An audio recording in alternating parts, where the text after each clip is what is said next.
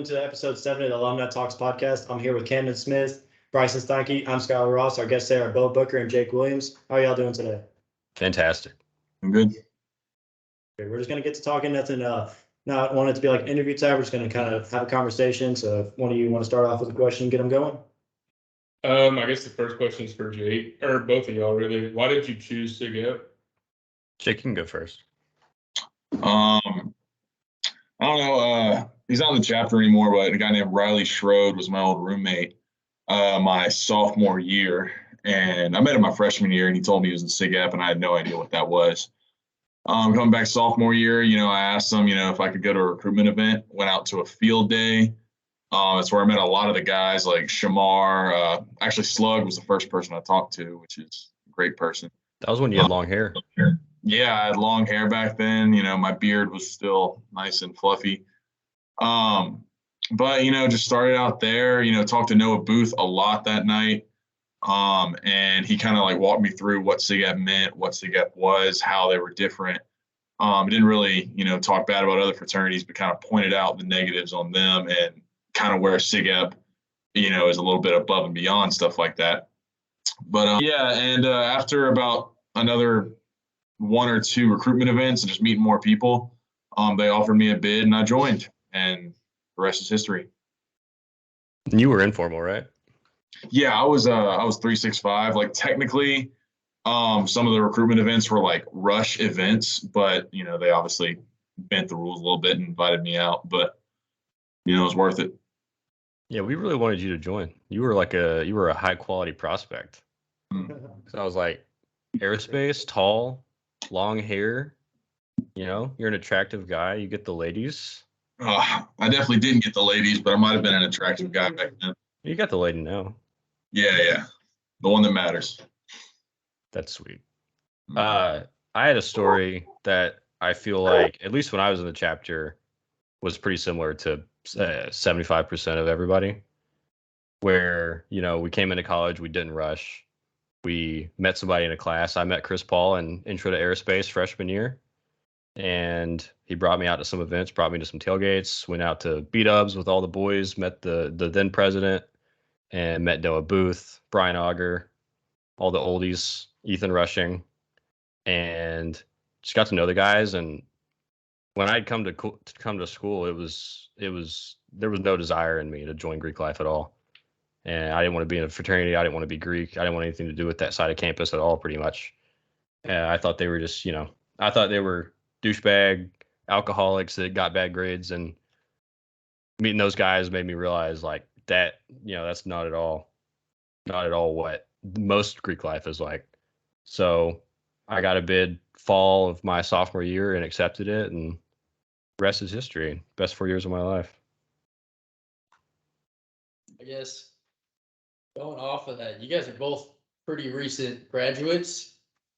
What's kind of been the biggest thing that you guys have missed since you guys kind of became adults? They don't get to kind of just mess around at school anymore. You go first. You're gonna put me on the spot like that. That's a big question, because when you get into the workforce and you start living your adult life, there's a lot of stuff that you can't really pinpoint on what you miss about college, because everybody misses, hanging out with friends and doing crazy stuff and doing stupid stuff. But work life has, special things to it as well. You have structure, you have money, you have, in some cases, more time because you're not studying for tests all the time. You don't feel like there's always something looming over your head when you're going to bed at night because you got to work, you come home, and that's it. That's your day. But I guess what I miss most about school is just honestly the bonds that people share, because you're all in the same boat and you're all doing the thing that is probably the hardest you've done in your life up to that point, which is, in me and Jake's case, getting an engineering degree. That I had no idea what to expect. I had no idea what was coming for us, and it was hard. Definitely wasn't easy. So, sharing a bond like that with your brothers, especially, that's what I miss. Because workplace relationships, I don't know, maybe they'll get like that, but they'll never really feel as tight as you will with your fraternity brothers. Yeah, kind of going off that.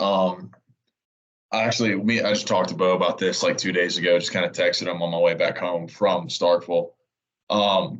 The first 2 months I was here, I didn't really notice, that big a change. Obviously, in the workplace, it was a little bit different. I missed the relaxed environment I was in, like with the fraternity, like, walk around, kind of, you pretty much say whatever and get away with it. And, they laugh at it. But, going into like my first day of work, I was like really nervous. Like, I've been in a frat for 3.5 years. I need to talk more appropriately, more business casual. And some people a little more relaxed, but others you find out very quick how serious, people take like their day to day when they don't really need to, but they're your superior. So you kind of have to get up to their level. But after visiting this past weekend, I didn't really realize how much I miss just the idea and like the presence of having another 120 guys, kind of in the same situation as you, just making their way through college, but also like the relaxation and the fun. I got there, I was having a great time, but when I had to leave, it was like, I wasn't thinking, about, what are we going to do next Thursday? Are we going to Casa? Or are we going to Rosie Babies? I was thinking, oh my God, I have this report due in 2 weeks. What am I going to do? Casa Bravo, baby, let's go. It was like, I have laundry to do tomorrow before I have to do my meal prep. And, as I was driving, I was literally texting Bo. I was like, when did you get over this? Because, like, this is making me sad because, 2 months ago, I was just sitting around the house, hanging out. And now I'm freaking out about small stuff like that. Yes, You want to know what I did? I said it took me almost a year to get over that. Because I think I've been graduated for 10 months now. Yeah. And I guess 11 months. No, I graduated in December 21, so I've been out for a year and a half at this point. And it wasn't until like November or December of last year that I finally got over that. And it's going to sound super cliche, but I finally realized like you got to live life now. You got to live life in the moment. If you keep looking back at what was behind you, like you'll never see what's in front of you. And obviously that does sound super cliche, but it's true. Like it has a lot of truth to it. Absolutely. So you both kind of touched on like the idea of like the bonds that you guys miss in college. Have you guys been able to continue that in your work life and still connecting with the relationships you made in college? So far, obviously, Skylar, we keep in touch. We have like our group chat of just, at this point, completely random people. I think Bo's even in there. It's just accumulated over 4 years. But, like obviously, I try to keep in touch as much as possible. I work with a lot of older people. Almost all of them have kids, either my age or almost my age. So it's kind of hard. But so that's like kind of like my only people to actually talk to my age. But I don't find it that difficult. Like I kind of found out like when I moved away, like who actually cared about keeping in touch and like who was just, friends because I was there. But, the ones I cared about stayed in touch. So. Well, for starters, Jake was in my wedding. Alex Taylor was my best man. Noah Booth and Ethan Foshi and Logan were all in it. So that's, you can kind of see my circle. One of my best friends from school were the ones that were my groomsmen. And that was May of last year, so 5 months after I graduated. But group chats, hanging out with people, Jake lives in Huntsville now, which is my home state. I'm from Alabama. No Roll Tide, though. I'm not going to say it. But I plan to move back to Huntsville one day. Apparently, Alex Taylor's looking at jobs in Huntsville, possibly. That's super exciting because he's a Texas guy. So to have my best man possibly moving an hour away from where my parents live to the city that I want to live in one day eventually is kind of crazy. So when you keep up with people like that, you influence people in a way. Because if you weren't in Huntsville, I'm going to assume Alex probably wouldn't be looking for jobs there. I mean, maybe, but probably not as hard.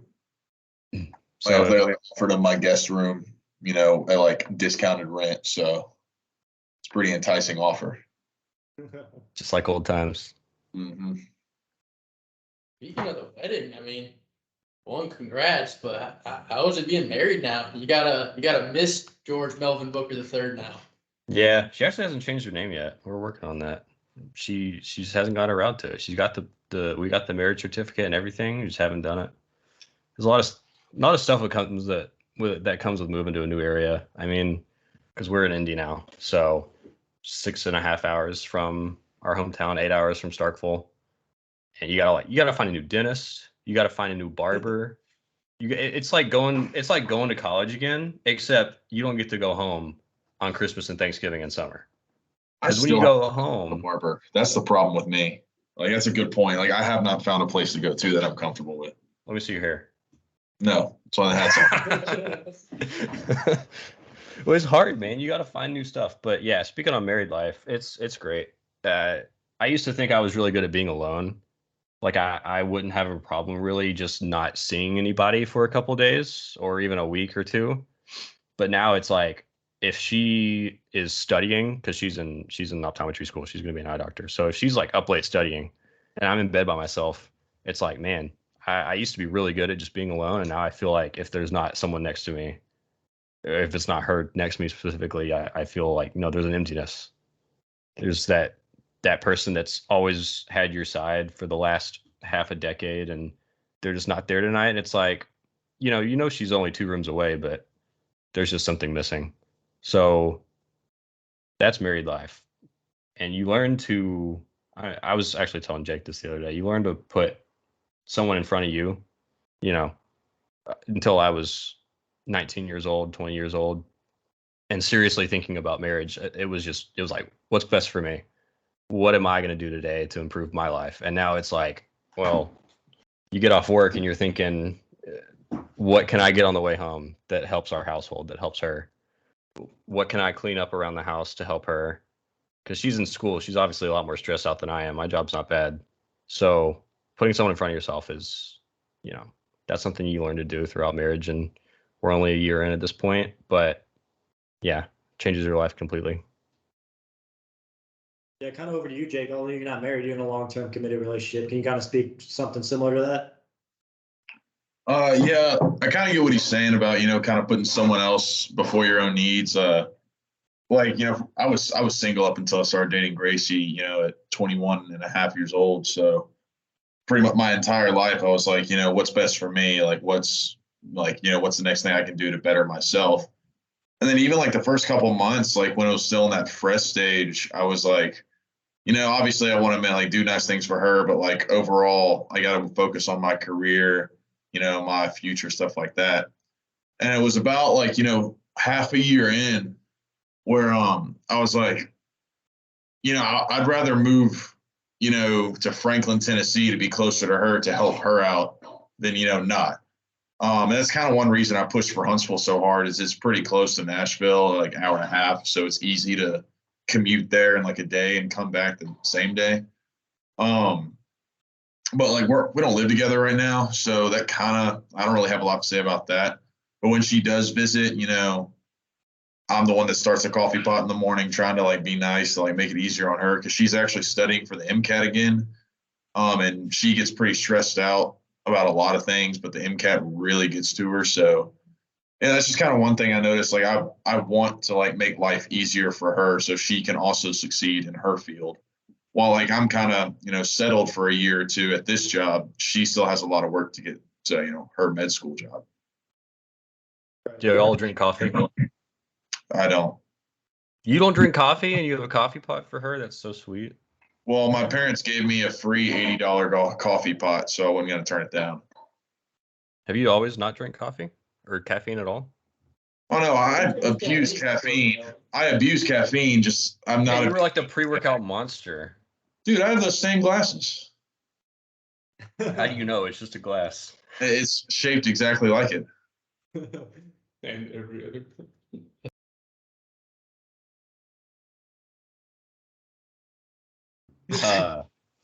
No, I quit drinking caffeine like 2 months ago, and it was the best decision I've ever made in my life.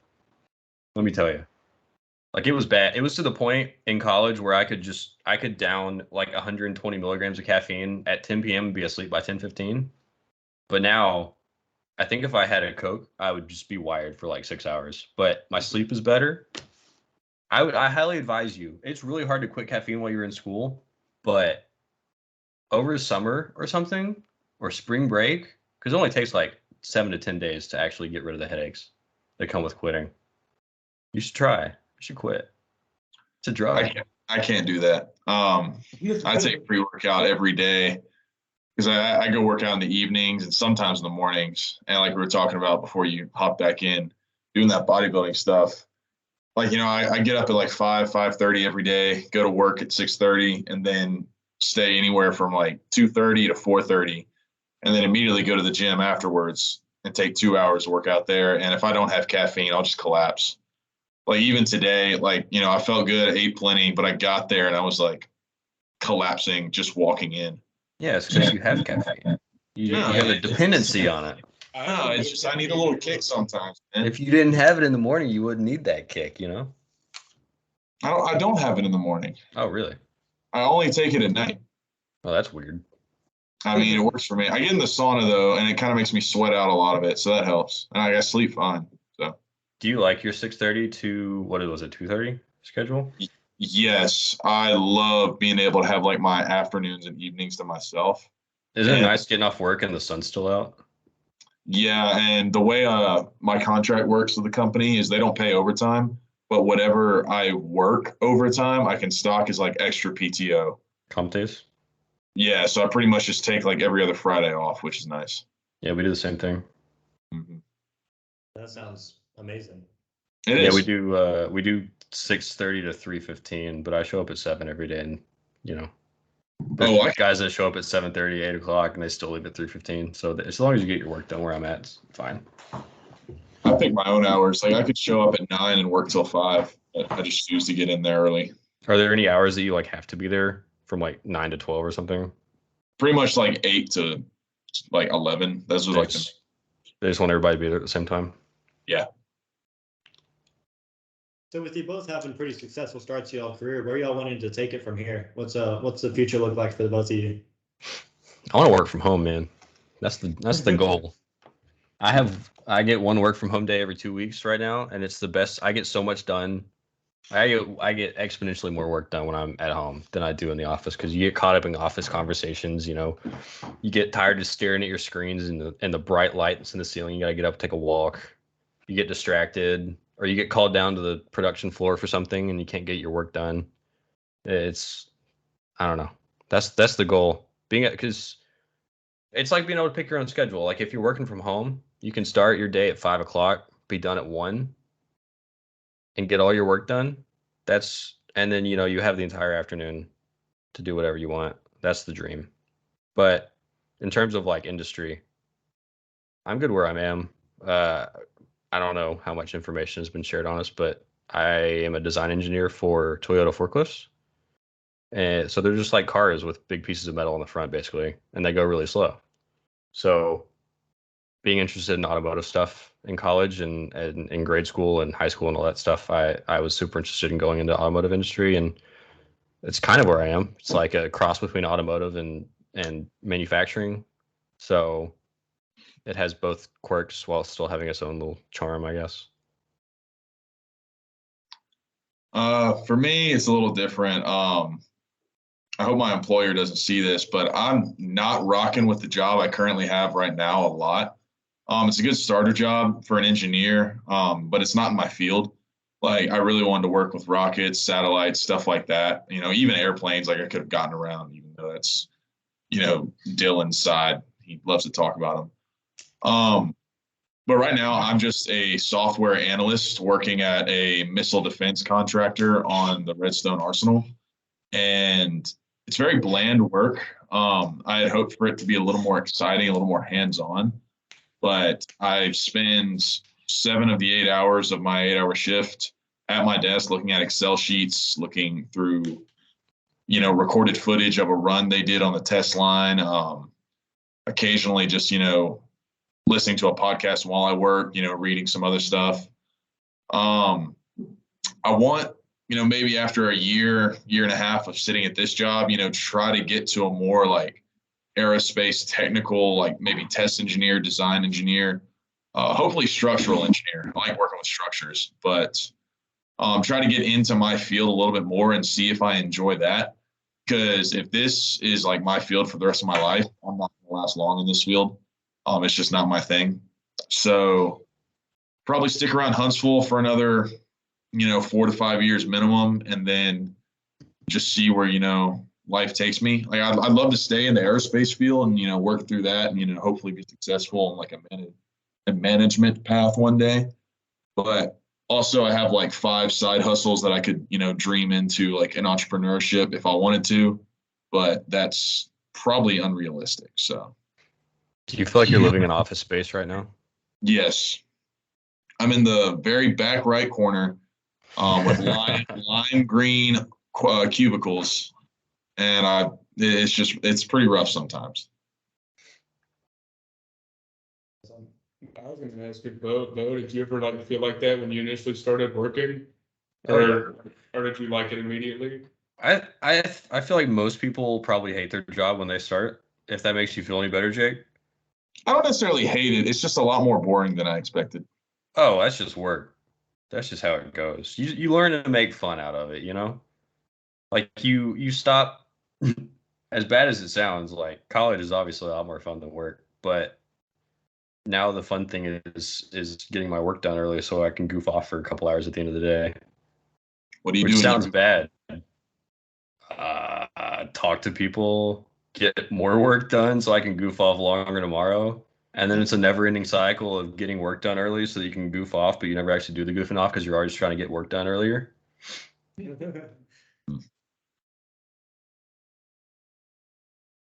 Well, I mean, we got one more question for you guys. So, if you guys could we have a lot of new members that have joined lately that don't really know who you guys are. If you could give one message to these guys, what would it be? Give me a second. That's not the message. I know it's a little. You got to think about this one a little bit. Well, it's like when I rushed you, Bryson. You might have been a little more prepared when you were going through rush, but you remember. I forgot to ask any information about SIGAP when I went through rush. Yeah, you didn't even know who we were until it came back around and you saw my face again. Because there's so many Greek letters that just go through your head and you don't know any of the names. But I asked you some pretty deep questions, didn't I? Yeah, we both are second string on our high school baseball team, so that was pretty cool. That's where I learned to juggle. Sit in the bench. If I could say one thing, it would be, have y'all seen The Office? I swear if you steal my quote. Are you going to say it? I swear to God, you're about to say the same thing. I mean, it's super cliche, but I'll let you have it. You talking about what Andy says? Yeah. Yeah. No, basically what Bo says is like, how Andy's like at the very end, he's like, I wish somebody would tell me I was in the good old days before they're over. Like that is so true. Like, everybody looks at it as like a joke, kind of like he said, it's cliche. But like, if I could go back, enroll in a whole other major, like somebody in the chapter has done like 3 different times. And we all know who I'm talking about. I love him to death, but he definitely has it figured out. He stayed for like 8 years. He's got it figured out. But yeah, we know exactly who you're talking about. What'd you say, Bo? So we know exactly who you're talking about. Yeah, I love him to death. But if I could go back, start as like a freshman or a Sigma again and just, run through the whole process again, ups and downs, like it's all worth it. Because like, I think I was a little more hands-on, obviously being president and had a little more, work. But like at the time I was like, man, I can't wait to pass this off. And then like 2 weeks after graduating, I was like, man, what I would give to be sitting there talking with Bryson about the debt issue again. Like just something very simple, something stressful like that, just, gave meaning. So it was fun. It was fun in the moment or after it, but it wasn't fun in the moment. And I think that's something that like a lot of freshmen don't understand coming in. They're like, oh, this is 4 years, I got plenty of time. And then you blink and you're graduating, walking the stage, and, a part of your life is over. Like probably one of the most fun times of your life. I'll give a shout out to Chad Dacus and what he told us probably 10 times a semester, which is school comes first. That's the whole reason you're here. But you can't forget reasons 2, 3, and 4, and 5 and 6 and everything behind it, which is, enjoy life while you're living it, because you may be there to get a degree. Yeah, you need to get good grades and you need to prioritize school, but you have to learn where to draw the line. You have to learn where to let yourself relax, where to hang out with your massive, massive fraternity and all the brothers that you get the blessing of being in a chapter with. Because I mean, I'll say it now. Like, I wish I had put a lot more time into SIGEP, and I put a lot of time into SIGEP. I was on exec board, and I was at the house every time there was an event. I don't think I missed a chapter once in my 3.5 years. So I don't feel like time-wise that I missed a lot, but there was a lot of people that I just didn't have the relationship with that I wanted. So my advice is get to know your boys. You know, when you see somebody in 10 years at the shopping mall in a city that you both didn't even know that you both lived in, and you can pull their name just by seeing their face, and you haven't talked to them in 10 years, that is the kind of relationship that you want. You don't want to run into somebody later and not be able to recall their name because you didn't know them well enough, you know? So yeah, enjoy the time you're given, enjoy the years you have, make it last. And everybody says it, but it's true. Yeah, absolutely.